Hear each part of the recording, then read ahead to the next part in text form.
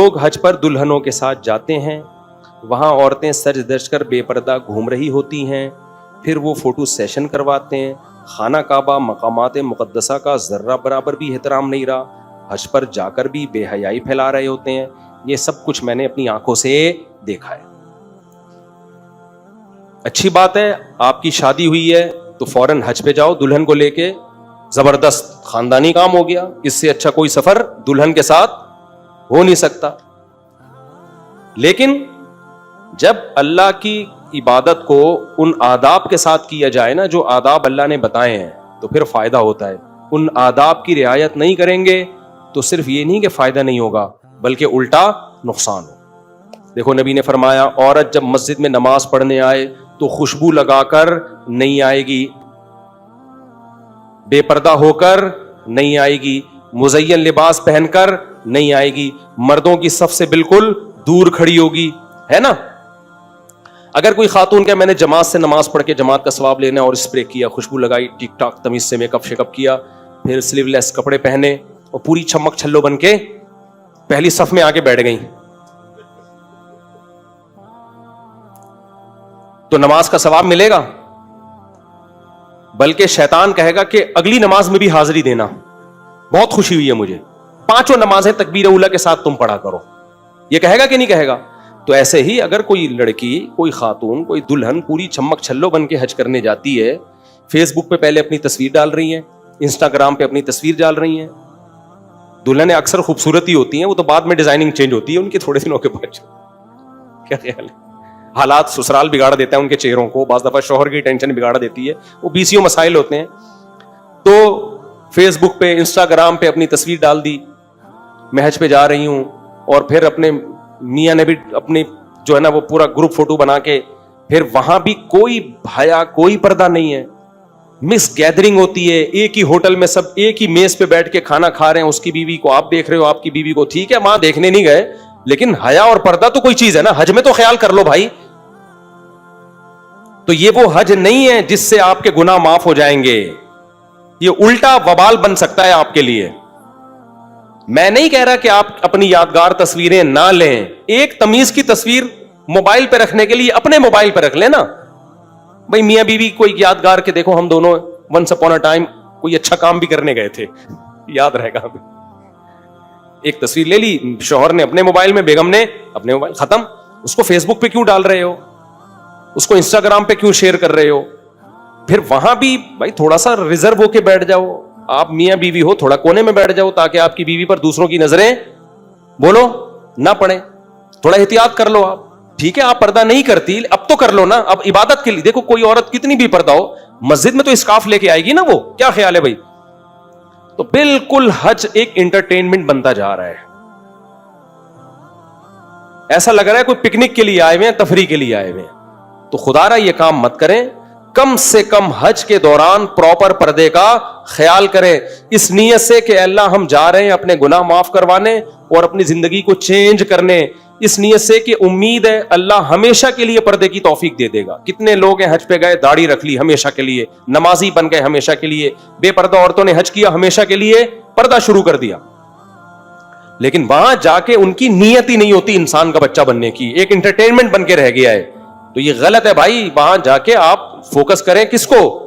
عبادت کو, دعاؤں کو, پردے کو. عورت کے لیے حج سے زیادہ اہم حکم پردے کا ہے. تبھی تو محرم کے بغیر سفر کی اجازت نہیں دی حج پہ بھی. فرض حج بھی ہونا, محرم نہیں ہے, عورت ڈیلے کرے گی حج کو, کوئی گناہ نہیں ہوگا, کیونکہ اللہ کہتا ہے پردے کا حکم زیادہ امپورٹنٹ ہے. کس کی نسبت؟ حج کی نسبت. تو آپ نے حج میں ہی پردے کی دھجیاں اڑا دی, یہ بالکل غلط ہے. اس کا خیال کریں. بالکل ہی خواتین وہاں پہ بالکل ہی بے پردہ ہوتی جا رہی ہیں, مرد بھی بالکل کوئی ہے ہی نہیں, حیا ہی ختم ہو گئی ہے. تو مس گیدرنگ اتنی زیادہ ہو رہی ہے, کوئی کزنوں کے ساتھ ایسے گپیں. میں نے بتایا نا میں عمرے پہ گیا, میرے پڑوس میں کزنوں کے ساتھ آئے ہوئے تھے عمرہ کرنے. کزن غیر محرم ہے بھائی, ایک ہی کمرے میں کزن اور وہ سارے سو رہے ہیں, ہو ہا ہا ہا یہ گپے چل رہے ہیں. میں نے کہا یار آپ لوگ کیا کر رہے ہو اللہ کے بندو, آپ کزن نامحرم ہے, آپ ٹھیک ہے پردہ نہیں کرتی کزن, اس موقع پر تو کر لینا, اور نہیں کر رہی تو بے تکلف ہو کے گپے تو نہ مارے نا. یہ انڈا موڑ تھوڑی ہے, یہ ڈیفنس کا کوئی ہوٹل تھوڑی ہے جہاں بیٹھ کے ہاں لگے ہوئے آپ بیٹھ کے. کچھ تھوڑا سا خیال کرو. دیکھو علماء کہتے ہیں کہ بے ادب ہمیشہ کے لیے محروم ہوتا ہے. جب آپ شعائر اللہ کا احترام نہیں کرتے نا تو ہمیشہ کے لیے دل پہ مہر لگتی ہے, پھر عبادت کی نورانیت ہمیشہ کے لیے ختم ہو جاتی ہے. اللہ وہ نورانیت ہمیشہ کے لیے چھین لیتا ہے. تھوڑا کام کریں مگر تمیز سے کریں, وہ زیادہ بہتر ہے. زیادہ کام کرنا ان آداب کی رعایت کیے بغیر یہ نقصان دہ ہے. سمجھتے ہو کہ نہیں سمجھتے ہو؟ اللہ ہدایت دے. بس وعلیکم السلام. وعلیکم السلام. مفتی صاحب میں دوسری شادی کرنا چاہتا ہوں, زنا کا خطرہ ہے, بیوی دوسری شادی نہیں کرنے دے رہی ہے جبکہ پہلی بیوی کے تمام حقوق ادا کر رہا ہوں اور کہہ رہی ہے کہ دوسری بھائی کر لو, وہ تو نہیں کرنے دے گی, اس کو کام ہے بیچاری کا, اس کو ظاہر تکلیف ہوتی ہے, تو آپ کر کے بتا دو, ہو گئی ہے, پھر دیکھنا پھر جو سمجھ میں آئے خود بخود ہی ہوگا, پھر جو کچھ بھی ہوگا, آپ کچھ نہیں کرو. کیا بے نمازی قربانی کر سکتا ہے؟ کیوں نہیں کر سکتا بھائی, لیکن نماز بھی پڑھے. ہر جمعہ کی نماز پڑھنا ہے. کیا مطلب پڑھنا ہے؟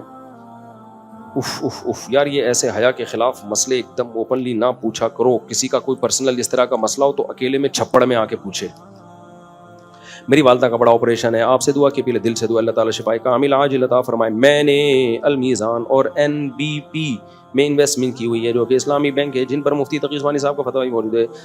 اس میں پروفٹ کم زیادہ آتا ہے. میں نے 1 سال سے جائز ہے بھائی, کتنی دفعہ بتا چکا ہوں. میرے نانا ابو ایک انجینئر ہیں, ان کو کچھ 10 سال پہلے ان کے دوستوں نے کچھ مشین ریپیئر کرنے کے لیے دی تھی. اب اس بات کو 15 سال مشین واپس لے رہے ہیں.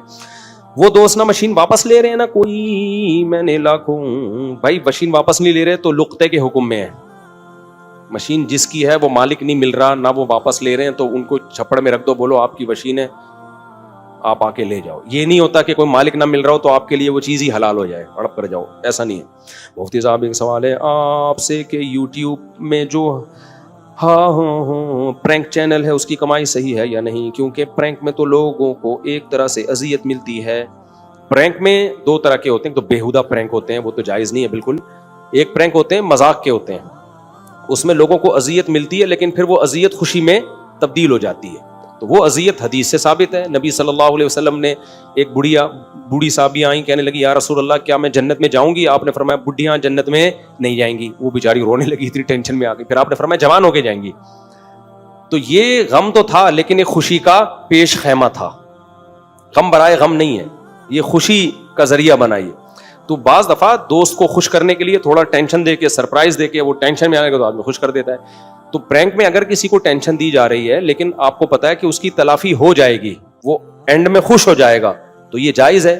لیکن بعض پرینکر اس میں بہت مبالغہ آرائی کرتے ہیں, اتنی زیادہ ٹینشن دے دیتے ہیں کہ وہ پھر ہمارے سامنے وہ ٹینشن نہیں آ رہی ہوتی, ہمارے سامنے تو وہ کٹ کر کے وہ لا رہے ہوتے ہیں جس نے ان کو خوش ہو گیا ہوتا ہے. بہت سے ایسے ہوتے ہیں چپیڑ مار کے بھاگتے ہیں, ناراض ہو جاتے ہیں, وہ ہمارے سامنے یہ لوگ لاتے نہیں ہیں.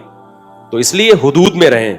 تھوڑی بہت تکلیف ایسی جس کی بعد میں تلافی ہو جائے اور وہ خوش ہو جائے, یہ جائز ہے, لیکن اس کی بھی ایک لمٹ ہے. بعض دفعہ بہت زیادہ اگلے کی بے عزتی کر دیتے ہیں, اس کو ٹینشن دے دیتے ہیں, وہ والے کلپ پھر کٹ کر کے ضائع کر دیتے ہیں, وہ ہمارے سامنے نہیں آتے. مفتی سے بھی ہو گیا میرا بھائی. اگر کوئی شخص بھائی کسی جگہ کا نام لے کے نہیں پوچھا کرو, یہ نعیم بٹ صاحب کا حوصلہ تھا, انہوں نے 2 بندوں کا نام لے کے بتا دیا. باقی اب یہ نہیں کہ مہرے کا نام لے کے یہاں پر بتاتا رہوں فلاں بھی فراڈی, فلاں بھی کسی کا نام لکھا ہوتا ہے فراڈی ہے کہ 1 نمبر ہے, تو پاگل ہو گیا. مفتی ایک اصول اور ضابطہ ہم نے بیان کر دیا, بس اس پہ ہر ایک اوپر کو. لوگ کہتے ہیں دیکھو مفتی صاحب ڈر گئے. بہادری کا اگر دین کو کوئی فائدہ ہو تو پھر وہ بہادری دکھانی چاہیے. دین کو فائدہ ہو رہا ہے آپ کے جیل جانے سے جاؤ, آپ کے قتل ہونے سے دین کو فائدہ ہو لٹک جاؤ. جہاں فائدہ نہ ہو رہا ہو نا, بلکہ جو کام کر رہے ہو اس سے بھی محروم ہونے کا خطرہ ہو, تو وہ بے وقوفی ہے, وہ بہادری نہیں ہے. تو عوام کی باتوں میں آ کے کبھی اس ٹائپ کی بہادری کی بالکل بھی کوشش نہیں کرنی چاہیے. صحیح ہے نا.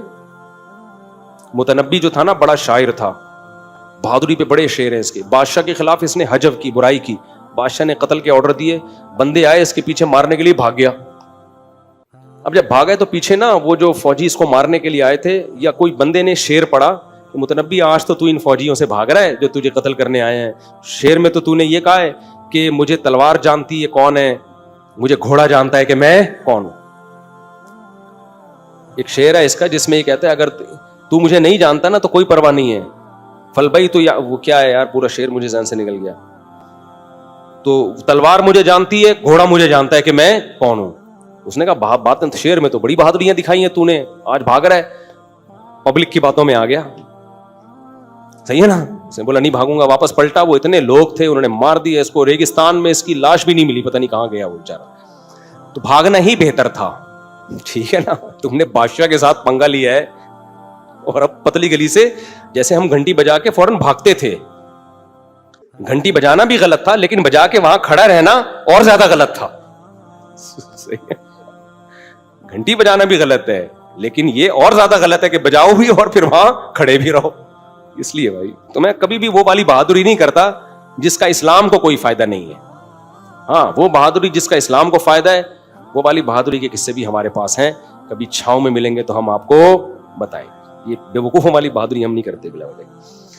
اچھا بھائی مفتی صاحب, میں یونیورسٹی کا طالب علم ہوں اور درس نظامی بھی کر رہا ہوں, پورے دن کے اذکار کی ترتیب بھی اور تلاوت بھی کرتا ہوں تقریباً. بھائی تم تو بہت بڑے بزرگ بن گئے ہو. ساتھ خود ہی ترجمے کے ساتھ ساتھ حفظ بھی کر رہا ہوں. جو کام رہ گئے ہیں بس وہ لکھ کے بتا دیں. لیکن تنہائی کے گناہ نہیں چھوٹ رہے. ہر بار توبہ کرتا ہوں پھر ہو جاتی ہے. بار بار توبہ کریں, کسی شیخ سے اصلاحی تعلق قائم کریں.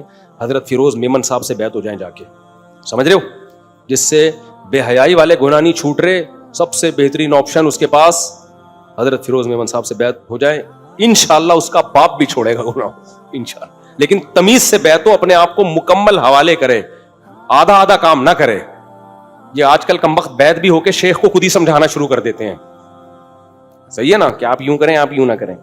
کسی مسئلے پر اشکال ہو تو علماء سے پوچھ لیں, لیکن اصلاح و ارشاد کے لیے شیخ کے اپنے آپ کو ایسے حوالے کیا جائے جیسے مردہ بدستے زندہ, پھر فائدہ ہوتا ہے. تو انشاءاللہ گناہ چھوٹ جائیں گے. اور ایسا نہ ہو کہ جب تک بیعت نہیں ہوتے تو اور کر لیں. آدمی کہتا ہے چلو بیعت تو ہو کے چھوڑ ہی جائیں گے نا, یہ خطرناک بات ہے.